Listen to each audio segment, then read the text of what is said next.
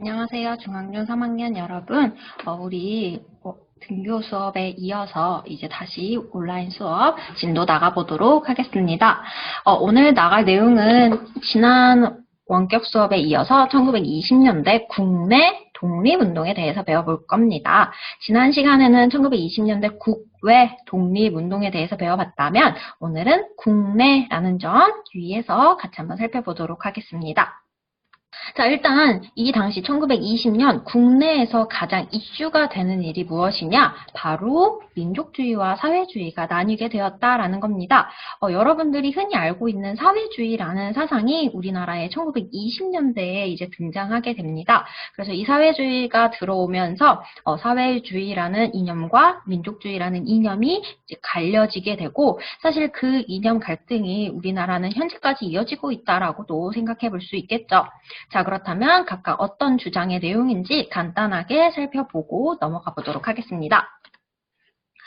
자, 여기 1925년 동아일보에 이런 내용이 나와 있어요.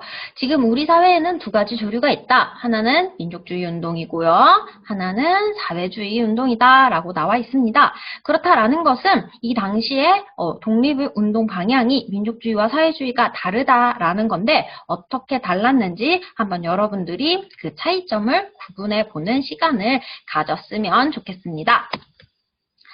자, 여기 일단 사상, 이념의 이제 주장을 보면은요, 민족주의는 조선인 자본가와 노동자, 이런 대립이 아니라 우리 민족 전체를 생각하자. 그래서 민족 전체의 이익을 고려하자라는 것이 민족주의라고 한다면, 사회주의는 민족의 해방도 물론 중요하지만 조선사회 내부에 있는 그러한 계급 해방, 자본가와 노동자 사이에 있는 이러한 갈등을 해결해야 한다라고 얘기를 합니다.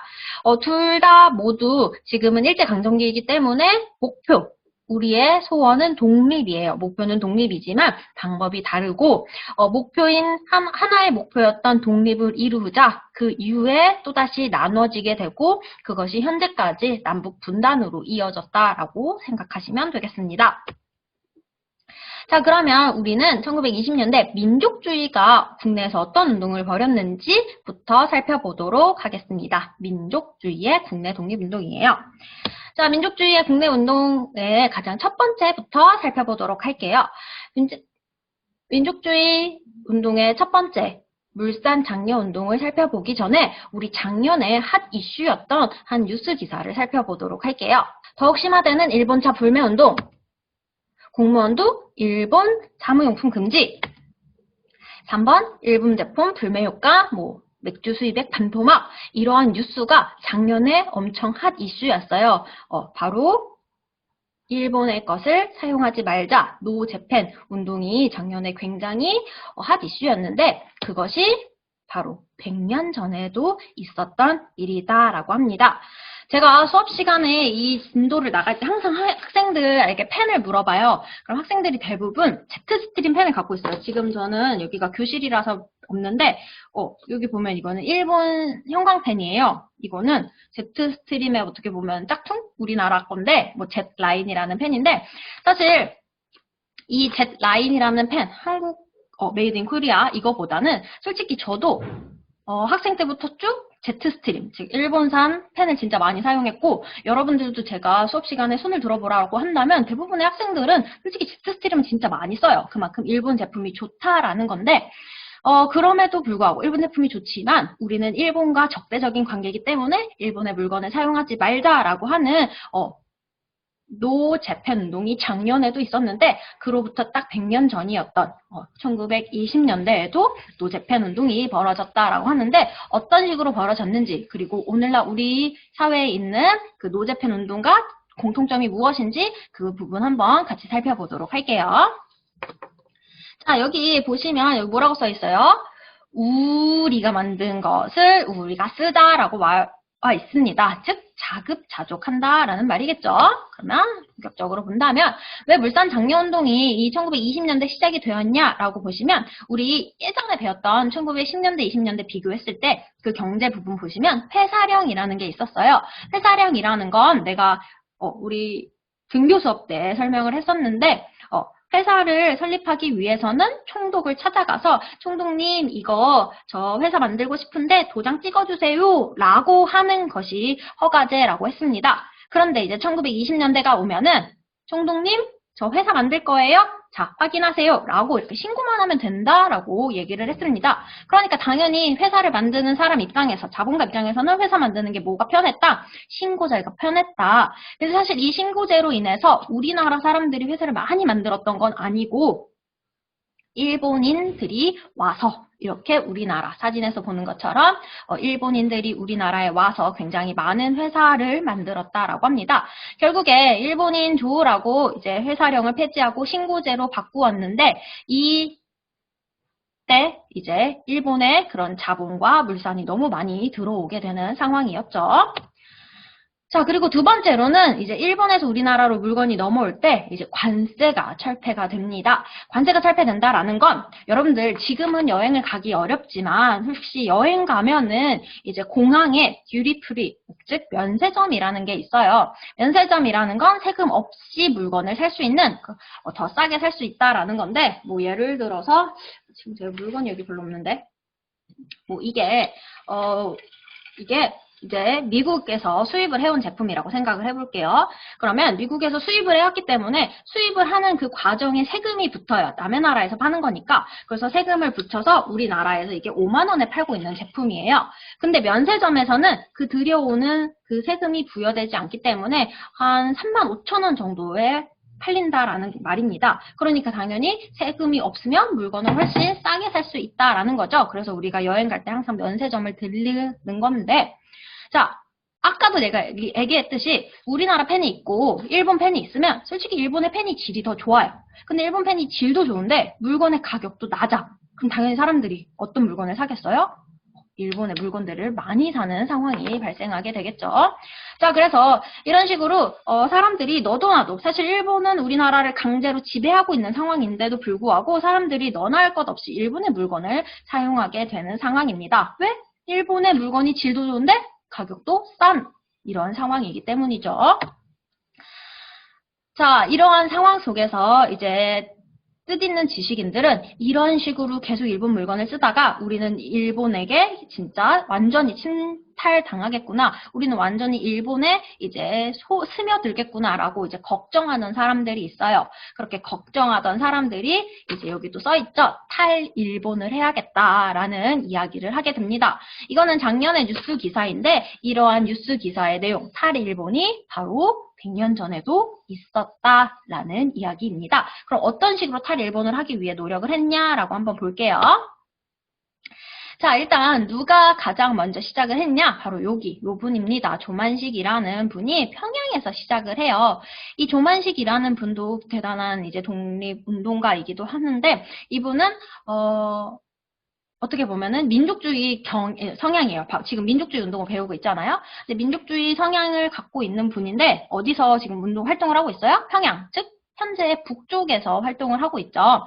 그래서 이제 우리나라가 일본으로부터 독립이 됐을 때 바로 이제 거의 38선이 그어지는데 솔직히 이분은 민족주의 계열이기 때문에 남쪽으로 오는 게 어떻게 보면 사상이 맞았겠죠. 근데 계속 북쪽에 계시다가 결국에는 이제 북쪽에서 사회주의 사상이 아닌 민족주의 사상을 가지고 있어서 결국에 숙청당하게 되는 분이라고 합니다. 그래서 그렇게 숙청당하기 전까지는 굉장히 독립을 위해서 노력하신 분이었다. 유명한 분이고 중요한 분이시니까 기억을 하실게요. 그래서 이분을 중심으로 해서 이제 우리는 일본 물건을 쓰지 말고 우리나라 물건을 쓰자라는 그러한 자립적인 경제를 보여주려고 노력을 합니다.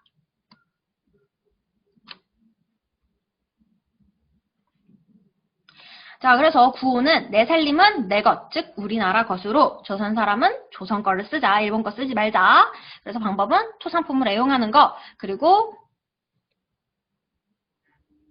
일본 상품 쓰지 말자. 우리 작년에 했던 노재팬 운동이랑 똑같은 거죠. 그리고 자급자족, 탈일본해서 우리가 만든 물건, 우리가 생산한 물건을 우리가 직접 쓰자라고 하는 자급자족, 그리고 소비와 절약을 하자라는 이러한 여러 가지 방법들을 활용하게 됩니다. 잘 성공했을까요? 근데 안타깝게도 울산 장려운동은 굉장히 많은 비판을 받아요. 민족주의자와 이제 반대 쪽에 있었던 사회주의자들이 비판을 하게 됩니다.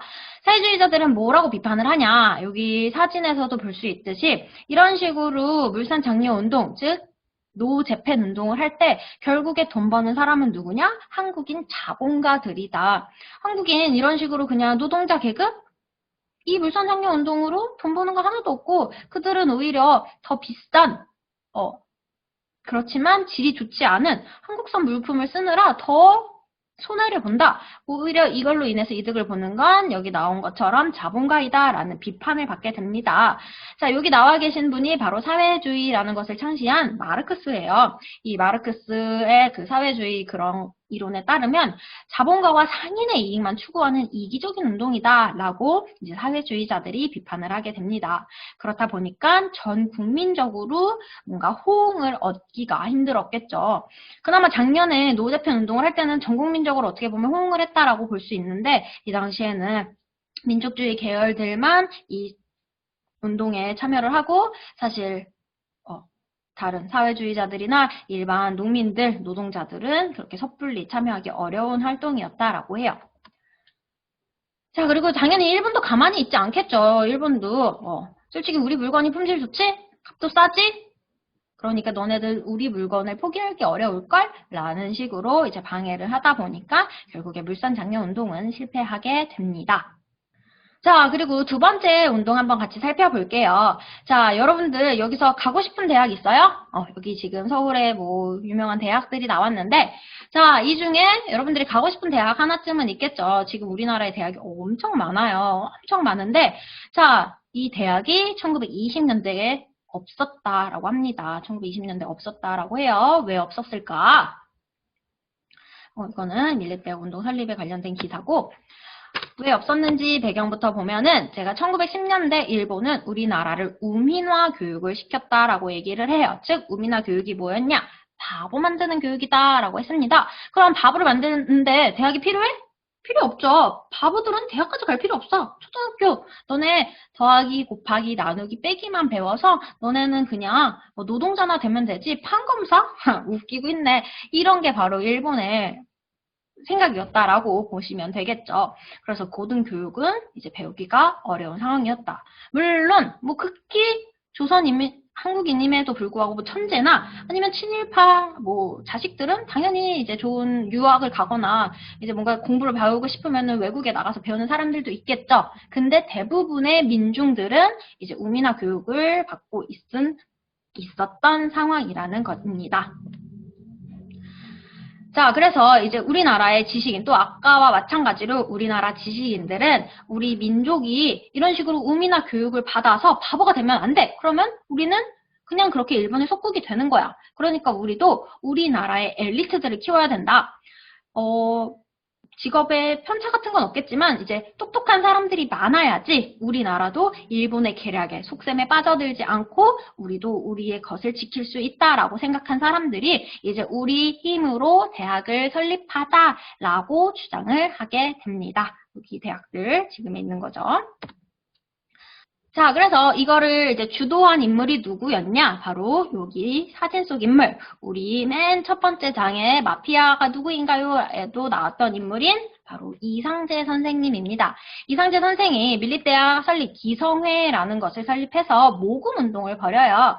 그래서 어떻게 얘기를 하냐? 우리 민족이 지금 1,000만 명이 있어. 이제 한반도에 1,000만 명이 있는데 한반도에 있는 그 1,000만 명이 1원씩만 모아도 1,000만 원이 되잖아요. 그래서 그 1,000만 원으로 우리 대학을 설립하자라고 보면 됩니다. 지금은 여러분들에게 1,000만 원이 어떤 양의 어느 정도의 이제 값어치인지 모르겠지만 이때 당시만 해도 거의 몇십억, 몇백억은 되는 돈이에요. 엄청 많은 돈이죠. 그러니까 그 정도 돈으로 이제 우리만의 대학을 설립해서 교육을 시키자라고 이제 노력을 한 사람들입니다. 근데 성공했을까요? 당연히 이런 운동을 하면 일본이 가만히 있지 않겠죠. 그래서 일본이 이 운동을 실패시키기 위해서 만든 계략이 무엇이었냐? 바로 경성제국대학을 설립해 주게 됩니다. 아, 너네 대학이 필요해? 그래, 알았어. 우리가 그럼 만들어줄게. 그러니까 이제 운동 그만해. 라고 이제 얘기가 나오게 됩니다. 그리고 사실 어려웠던 게 이 당시에 이제 여기 나와 있는 것처럼 전국적인 수해와 가뭄으로 모금운동 그 1원 우리에게는 1원조차 지금 없는 단위인데 이때 1원조차도 모금하기가 굉장히 힘든 돈이었다. 그래가지고 이제 모금운동도 좀 힘들었고 그리고 일본이 회유책으로 경성제국대학이라는 걸 설립해 주게 되면서 결국에 이 운동은 무마됩니다. 그렇다고 이렇게 대학을 만들어줬다고 해서 우리나라 사람들이 대학을 많이 다닐 수 있었느냐? 그것도 절대 아니라고 했습니다. 친일파 자손들이거나 아니면 진짜 시대의 천재거나 뭐 이런 사람들이 다니는데 가서도 뭐 교양 수업, 필수 교양으로 뭐 그냥 제가 지어내는 거지만 뭐 친일파의 이해 이런 수업을 들으니까 당연히 공부를 하게 되면 친일 성향을 가지게 되는 그런 식의 이제 대학 시스템이었다라고 보시면 되겠습니다. 근데 이때 우리나라의 최초로 의학부와 뭐 법학부, 대학학부가 만들어졌다라고 보면 됩니다. 이 두 학부가 가장 먼저 이제 경성제국대학에 설립이 되었다라고 해요. 자, 그리고 세 번째 운동 한번 보도록 하겠습니다. 여러분들 여기 한번 볼게요. 여기 낯익은 곳이죠. 우리가 살고 있는 중앙역에서 두 정거장 가면은 상록수역이라는 게 있어요. 그 상록수역 1번 출구에 나와서 이렇게 짠 가면은 여기에 뭐가 있냐면 최용신 선생 묘가 있어요. 여러분들 혹시 최용신 선생이라고 들어보셨나요? 굉장히 유명한 분이고 안산에 어떻게 보면 자랑. 안산의 상록수역이라는 이름인 이유가 바로 이 최용신 선생님 때문이죠. 그렇게 볼 수 있겠습니다. 그렇다면 이분이 과연 뭐 하는 분이길래 역 이름까지 상록수로 지었느냐? 한번 같이 살펴보도록 하겠습니다. 농촌 계몽운동, 즉 최용신 선생님이 했던 운동은 배우자, 가르치자, 다 함께 부나로드라는 운동이에요. 부나로드라는 건 러시아 말로 민중 속으로 들어가자, 뭐 인민 속으로 들어가자라는 말입니다. 즉, 이 말은 무엇이냐면 아무래도 이제 일본인은 우리나라 사람들이 똑똑해지는 걸 싫어해요. 사람들이 똑똑해지면, 조선인들이 똑똑해지면 일본에게 저항심이 생긴다라고 생각을 해요. 그러니까 당연히 공부를 가르치지 않고 솔직히 학교가 있기는 한데 거의 학교를 다닐 수 있는 사람들도 별로 없어요. 돈도 별로 없고 이러니까 학교를 다니기 위해서는 돈도 필요한데 그런 식으로 이제 문맹, 즉 한글을 읽지 못하는 사람들이 많이 증가를 하니까 이제 당시 지식인의 대표였던 신문에서 이제 적극적으로 이러한 문맹 교육을 시키게 됩니다. 대표적인 운동이 조선일보의 문자보급 운동과 동아일보의 나로드 운동이라는 것이 있습니다. 친구들이 또 궁금할 거야. 선생님, 근데 분하로드 운동은 31년부터인데 왜 우린 지금 1920년대를 배워요? 라고 할 수 있는데 이 농촌 계몽 운동이라는 것 자체가 1920년대에 이제 실시가 점점 확산되어 가고 있는 상황에서 이제 동아일보에서 31년에 조금 뒤늦게 참가를 한 것뿐이지 이미 이 농촌 계몽 운동, 농촌에 이제 대학생들이나 아니면 고등교육, 그러니까 뭐 고등학교 교육, 이때만 해도 고등학교 교육도 엄청 대단한 거기 때문에 고등학교 교육까지 받은 학생들이 뭐 방학을 이용해서 전국에 파견이 되어서 이제 계속 이렇게 문맹들에게 한글을 가르쳐주고 있던 상황이에요. 그러니까 이미 1920년대 뭐 중반부터 계속 진행되고 있었던 거고 이제 이렇게 네이밍이 된 게 1920년대 후반이었다라고 보시면 되겠습니다. 자, 그래서 그 최용신 선생님이 좀 이따가 제가 나중에 형성평가에서도 이제 알려줄 텐데, 최용신 선생님이 이 안산시에 와가지고 이제 농촌 계몽운동, 문맹교육을 실시했습니다. 그래서 이 분의 일대기를 그린 소설이 있어요. 심훈이라는 작가가 쓴 상록수라는 소설이 있습니다. 그래서 그 소설의 제목이 상록수이기 때문에 바로 우리 두정거장 가면 상록수역이 있고 우리가 단원구와 상록구의 그 상록이 바로 이 최용신 선생님의 일대기를 담은 시문의 소설 제목 때문이다 라고 보시면 되겠습니다. 그럼 단원구는 왜 단원일까요? 그렇죠. 단원 김홍도에서 따온 거죠.